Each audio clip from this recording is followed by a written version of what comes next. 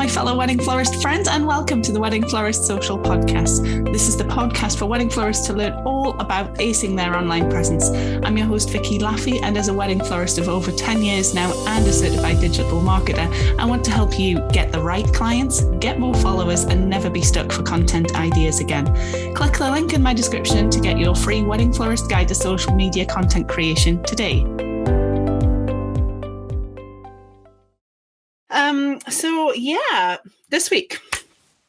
This week we are talking about technology. Now, for a lot of you, and let me know if this resonates if you're listening, does the word technology even just fill you with dread? Does the word technology scare you? Are you one of those people who are scared of tech? For a lot of people, that is the case. And, one of the things that people tell me that holds them back from their social media or their, posting on social media or updating their websites, etc., is the tech.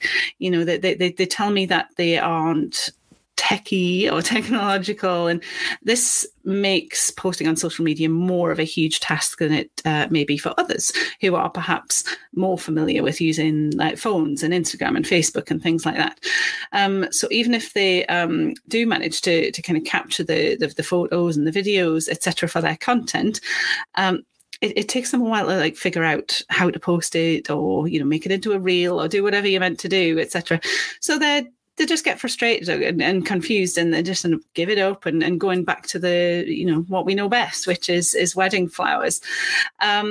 So I would love to hear from you if that resonates with you. Do get in touch on social media or drop me an email or something. I would love to hear your story around that. You aren't on your own. You absolutely are not on your own, I assure you.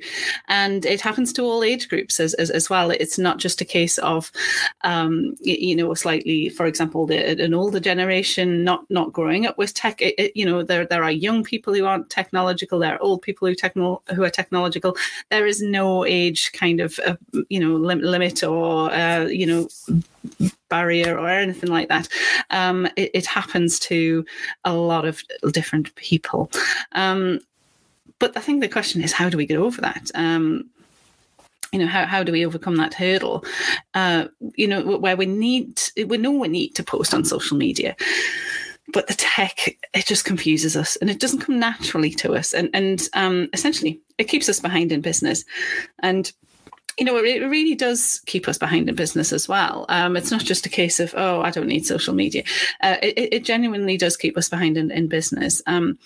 If you aren't updating your online presence at all, it tends to kind of manifest itself in a number of different ways. It manifests itself as attracting lots of the wrong clients.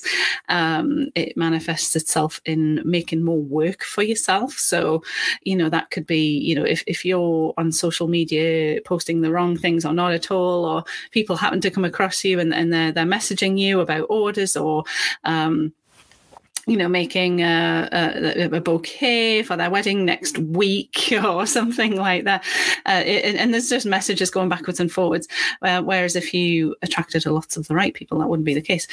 So it manifests itself in either attracting the wrong clients, manifests itself in more work for yourself, and who wants that? Or it could manifest itself in not attracting many clients at all. And none of those are good for business or yourself, let's face it.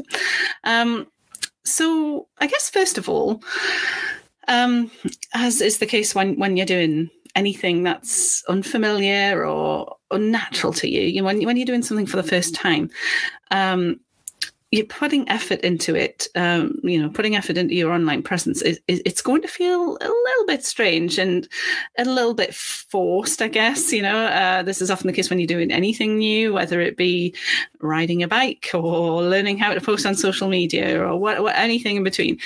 But I promise you that the more you put into it, the more you put it into practice, the more it will start to feel normal and less of a daunting task. What I would say is perhaps start with smaller and easier tasks, just such as just regularly getting a post out there on your Facebook page or Instagram, or putting out one Instagram story a day, for example. This is less about doing what the experts tell you to do and more about kind of just building social media posting into your daily routine and your way of thinking, crucially. So just, being consistent and present on there for a period of time, getting into this habit. I guess it's a bit like building muscle memory. Getting into this habit of posting, of thinking, oh, okay, that will be good on my socials, or I need to post on my socials today, or at first it will feel forced, but getting into the habit of this for a period of time, it'll eventually make it more familiar and automatic, I guess. So you'll eventually find yourself spotting content creation opportunities in your daily life. You'll be walking around and looking at something and thinking, oh, that would be great for my Instagram stories. Rather than, that feeling of, oh, I haven't posted anything on my Instagram for ages. I suppose I best get something out here. Or oh no, it's Wednesday. And I said to myself, that's when I'm supposed to post. So I best find something to photograph. And, do you see the difference there in the approach there? How one is, more positive and the other is more negative and draining and hard work. It's, I get it.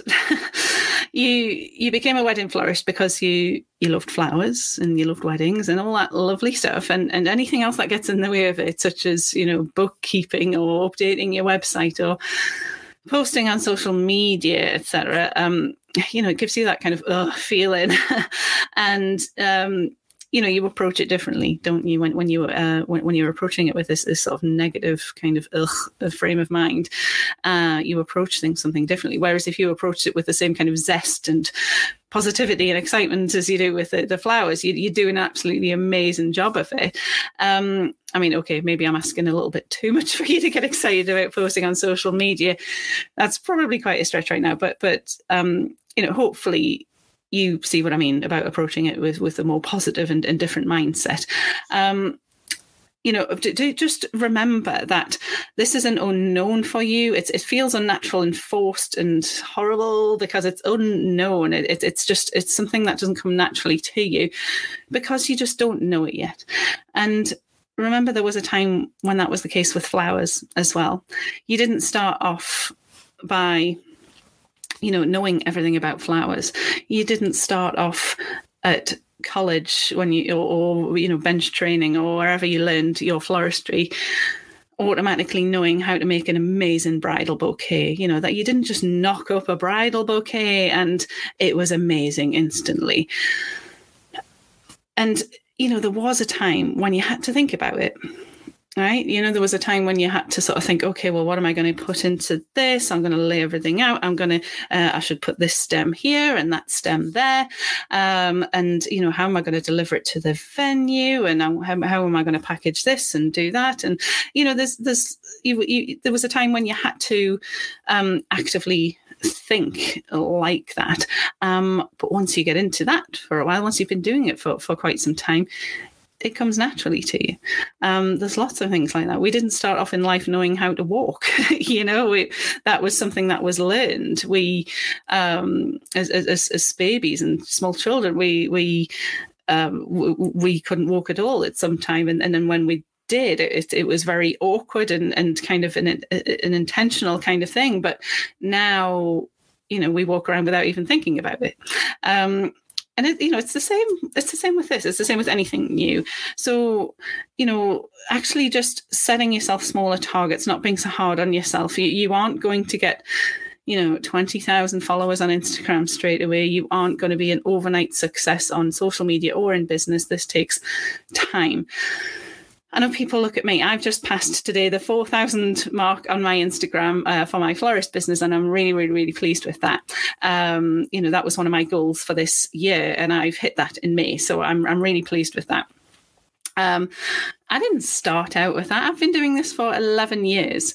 I've been on Instagram since 2015, and I've only just hit that 4,000 mark. I've been in business since 2011, and it takes a while to build that up. So please don't be disheartened. please do keep plugging away at it, and you will see the results.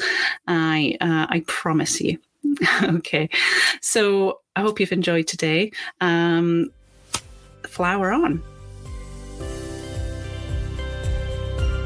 Well, thanks so much for listening all the way to the end of Wedding Florist Social. Remember to hit subscribe so that you don't miss out on any future episodes. And if you want access to some free community and support, then head across to Facebook and look me up on the Worldwide Wedding Florist Community Group. I look forward to seeing you there.